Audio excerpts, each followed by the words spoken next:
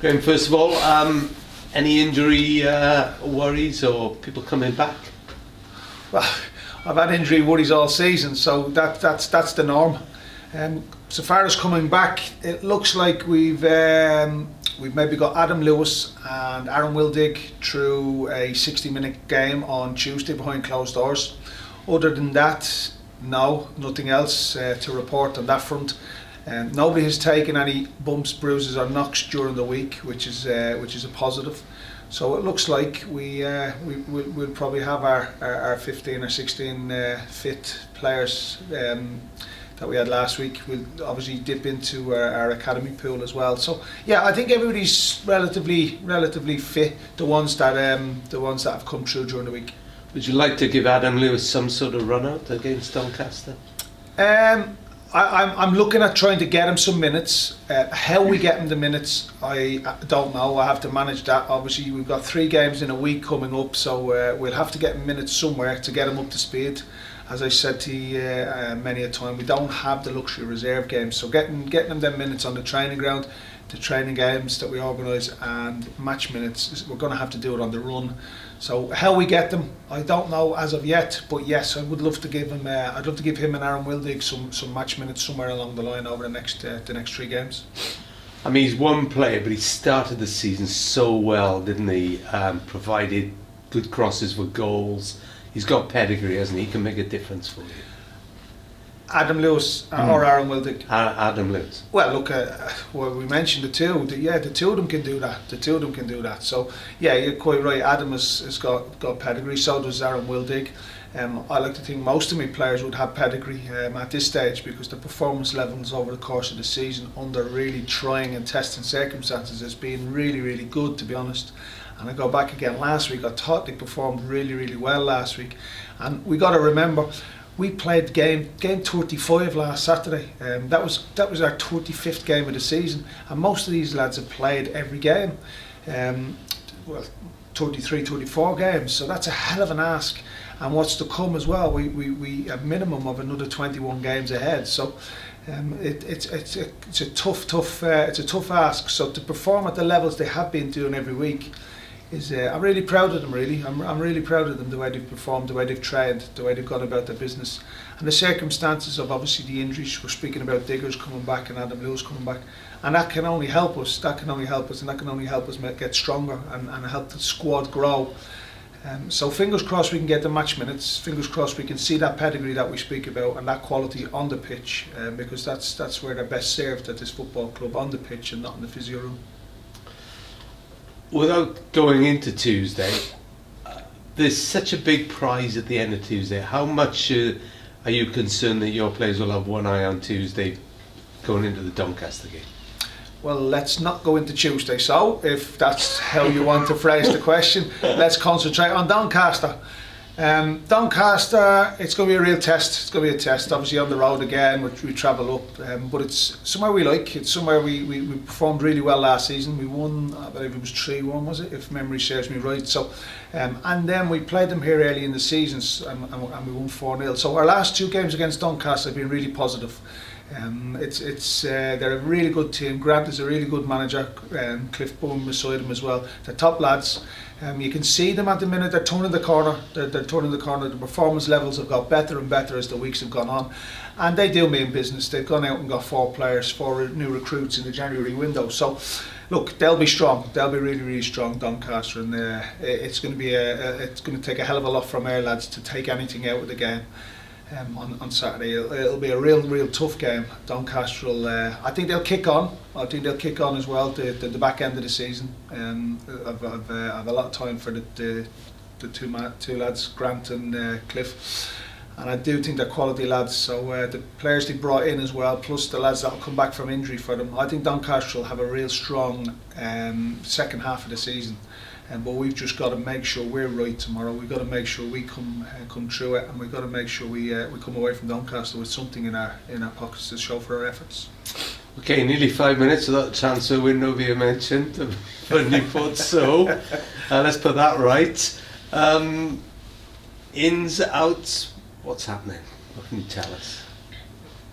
Very little. There's been no ins, there's been no outs. Harrison Bright has come back off loan, so he was on the bench last week. He was involved in the squad, and that's probably about all we have to speak about really.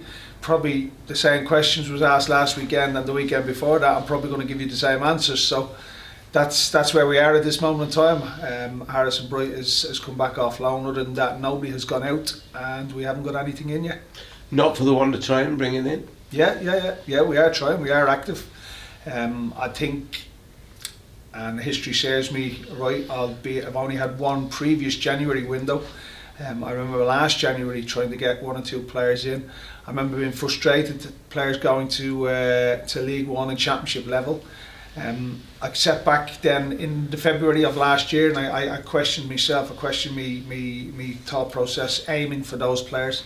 But like I say, you have to aim high, and if I'm going to bring players in, they've got to go into the team. They can't come into the squad, they can't come and sit in stands, they can't come and be bodies and numbers. They've got to go into the team. So last year was a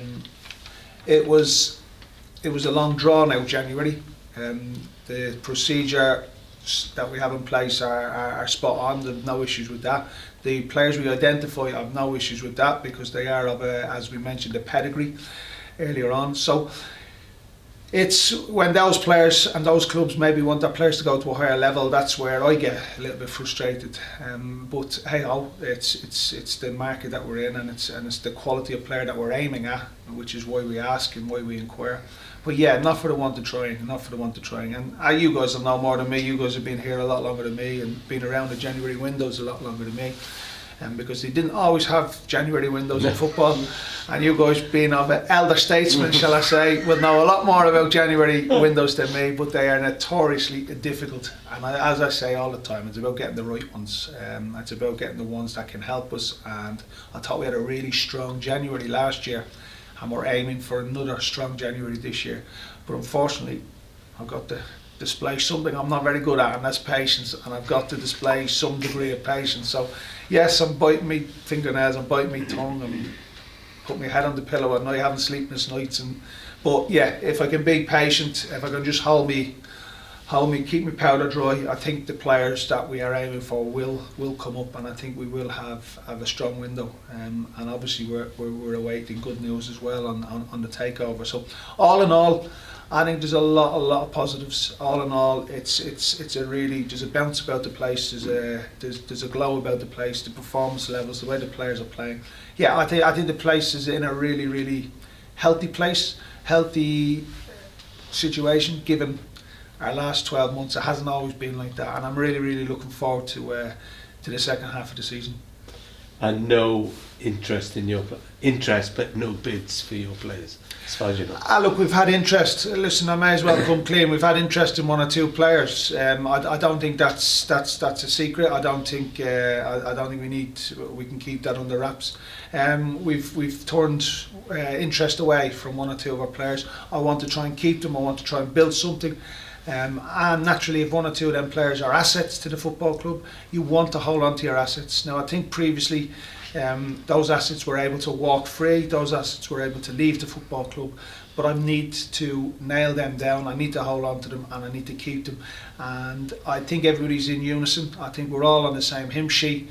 From upstairs right through the football club, we're all aligned. So there seems to be a little bit of a plan, there seems to be a little bit of a structure, and there seems to be a willingness to keep our better players and try and build and put something together, and try and push this football club onto a better place, a better position over the next 18 months. And by keeping your better players in the January window or at the end of the season and having them nailed down, you're securing your assets, and you're obviously building for a decent future.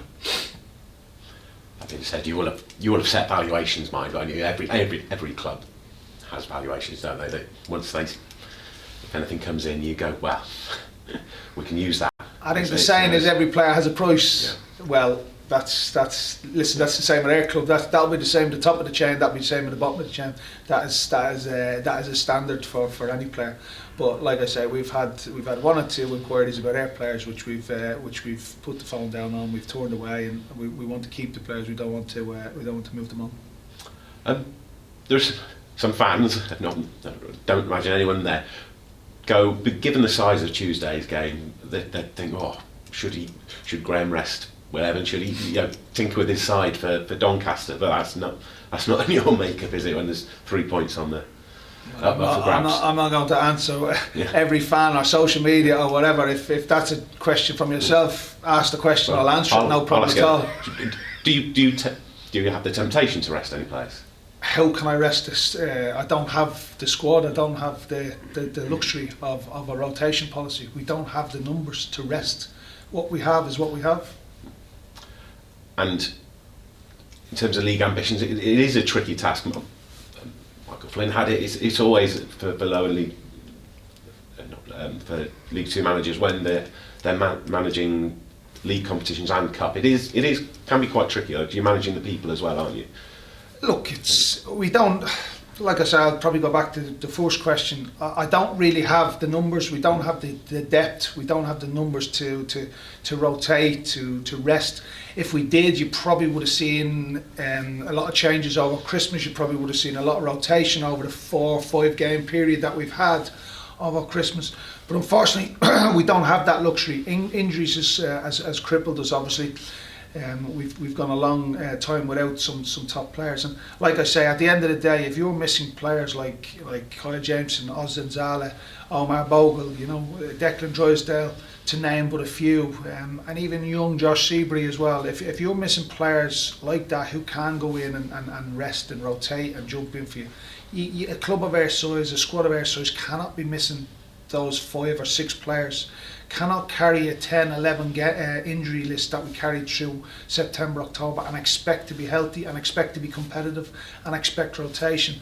So if we didn't have the injuries that we've had, yes, I can get your question, but I can understand your question, but we do, and I don't really have an awful lot of choice. And as most people will know, I like continuity. That brings consistency, and consistency brings confidence.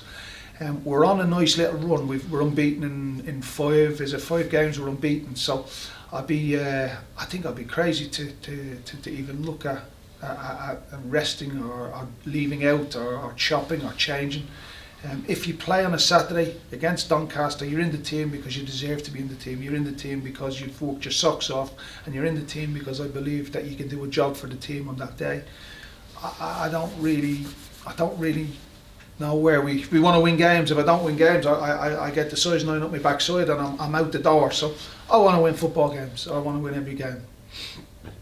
How does the impending takeover affect your transfer window, if at all?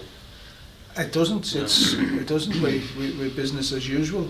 We're still waiting on the takeover.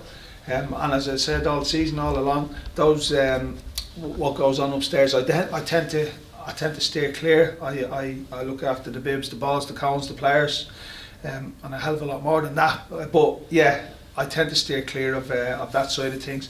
But it's positive. It's good news. I believe it's imminent. I've had a conversation or two with you, and he seems a really, really top guy. He's got bags and bags of experience on a wide range of footballing issues, which will help and which can only be positive for the football club.